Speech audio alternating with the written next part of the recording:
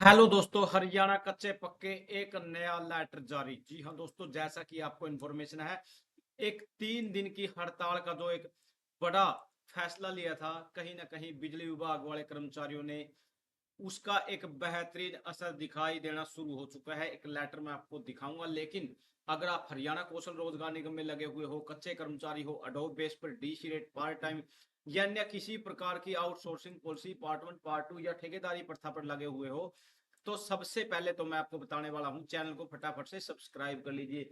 WhatsApp group और Telegram group का link description में है, आप उसे भी फटाफट से ज्वाइन कर लीजिए। एक नया लेटर। जी हाँ दोस्तों, एक नया लेटर देखने से पहले सबसे पहले तो ये एक ब्रीफ इंफॉर्मेशन ले लेते हैं। भारतीय मजदूर संघ 17 को उपायुक्त को सौंपेंगे प्रधानमंत्री के नाम ज्ञापन। यहाँ डायरेक्टली ये देखिए दोस्तों, बैठक में मांगों पर विचार करते हुए संघ के प्रतिनिधि कैथल भारतीय मजदूर संघ बैठक जिला कार्यकाल में हुई, जिसमें सभी विभागों के सचिव जिला कार्यकारिणी सदस्य मौजूद रहे। जिला अध्यक्ष संजीव बात्ता ने बैठक की अध्यक्षता की और जिला मंत्री सुरेंद्र जांगड़ा ने बैठक का संचालन किया। जिला मंत्री ने सूचित किया कि रांची में संपन्न हुई केंद्रीय कर्म कार्य समिति में हुए निर्णय के अनुसार देश भर में आने वाले 17 अगस्त को सभी उपायुक्तों को प्रधानमंत्री के नाम ज्ञापन दिया जाएगा। उनकी मांगों में न्यूनतम वेतन 30,000 रुपए करना, ईएसआई सीमा 21,000 रुपए से बढ़ाकर 42,000 रुपए, ईपीएस पेंशन 7,700 रुपए और साथ ही डीए और मेडिकल स्कीम भी जोड़ना। ईपीएफ की सीमा भी 15,000 से बढ़ाकर 30,000 रुपए करना। बोनस गणना की सीमा को बढ़ाना, यहाँ 7,000 से बढ़ाकर 21,000 करना। बोनस पात्रता की सीमा 21,000 रुपए से 42,000 रुपए करना। उसके बाद वेतन, समान काम समान वेतन कॉन्ट्रैक्ट व सुविधा कर्मियों को देना।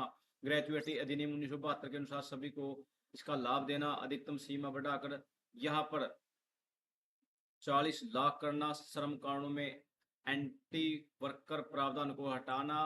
बैंकिंग क्षेत्र में साप्ताहिक कार्य दिवस 5 दिन करना।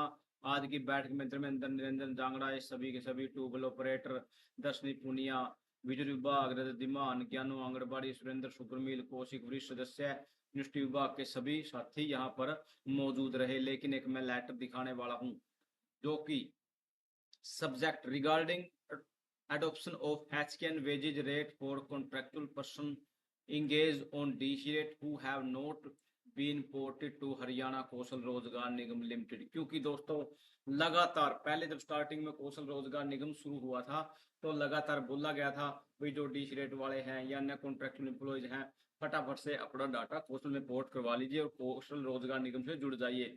लेकिन कहीं ना कहीं उन सभी ने मना कर दिया, कैसे न कैसे किसी प्रकार से। अब कुछ को इसकी खामियां या कमियां महसूस हो रही हैं, लेकिन कुछों को जो ठीक लगा वहां पर कर लिया। लेटर के अंदर पूरा क्या है मैं बताने वाला हूँ।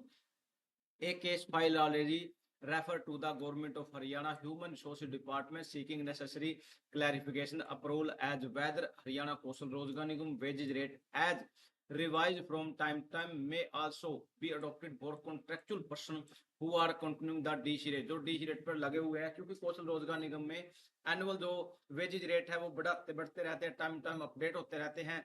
लेकिन इसके अंदर ब्रीफली क्या बताया गया है, यहाँ डायरेक्ट ही मैं आपको हिंदी में करके दिखाने वाला हूँ, क्योंकि लगातार अवतरने की एक तैयारी थी जो कि माननीय अनिल विज ने जो विश्वास दिलाया था भाई हाँ आपका कुछ होगा। यह हरियाणा कौशल रोजगार निगम लिमिटेड एचकेएन में स्थानांतरित नहीं किए गए संविदा कर्मियों के लिए डीसी रेट पर कार्यरत एचकेएन की वेतन दरों को अपनाने के संबंध में यह लेटर जारी हो चुका है। क्योंकि डीसी रेट कम हो गया है, कौशल रोजगार निगम अब बढ़ता जा रहा है। हरियाणा सरकार के मानव संसाधन विभाग की ओर से एक मामला पहले ही भेजा जा चुका है, जिसमें यह स्पष्टीकरण अनुमोदन मांगा गया है कि क्या एचकेएन की वेतन दरें समय समय पर संशोधित होने के अनुसार उन संविदा कर्मचारियों को पर भी लागू की जा सकती हैं जो निगम द्वारा 14/2/2007 को ज्ञापन संख्या के माध्यम से विधिवत अपनाई गई थी। 1/9/2006 की आउटसोर्सिंग नीति के अनुसार डीसी दरें निगम द्वारा सीधे नियुक्त पर कार्यरत है, जिन्हें निगम द्वारा दिनांक 10/6/2009 को ज्ञापन संख्या के माध्यम से विधिवत अपना गया है, पहले से एचकेएन में स्थानांतरित नहीं किए गए, ताकि सभी विद्युत उपभोक्ताओं में वेतन संरचना में एकरूपता बनी रहे। संघ द्वारा उठाई गई मांगों पर उचित विचार किया जा सके।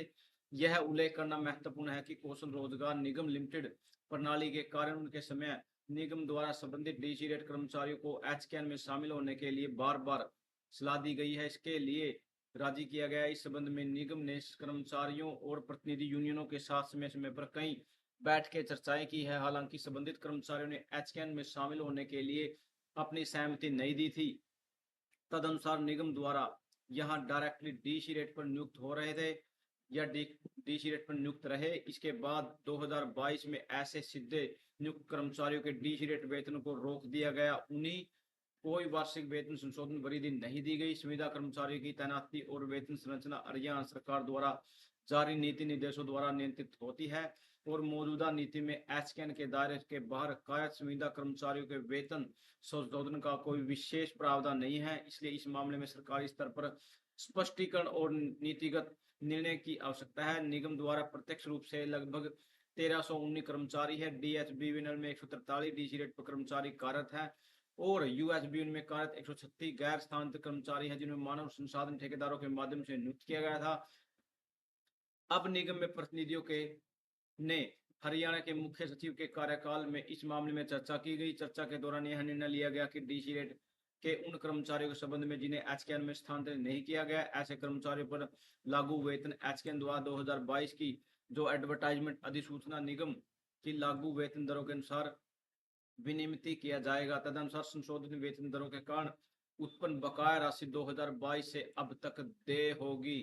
अतः यह अनुरोध किया जाता है कि इस मामले को हरियाणा सरकार के मानव संसाधन विभाग को भेजा जाए ताकि एचकेएन की वेतन दरों को समय समय पर संशोधित रूप में डीसी दरों पर कार्य संविदा कर्मचारियों निगमों द्वारा सीधे नियुक्त के साथ साथ मानव संसाधन ठेकेदारों के माध्यम से नियुक्त उन कर्मियों पर भी लागू करने के लिए आवश्यक प्रशासनिक स्वीकृति प्राप्त की जा सके जिन्हें एचकेएन में स्थानांतरित नहीं किया गया।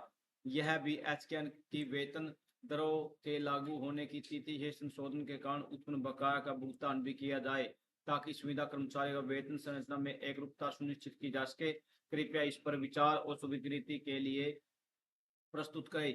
ये एक बेहतरीन लेटर है जो कि कहीं ना कहीं उन सभी के लिए अच्छी खबर है।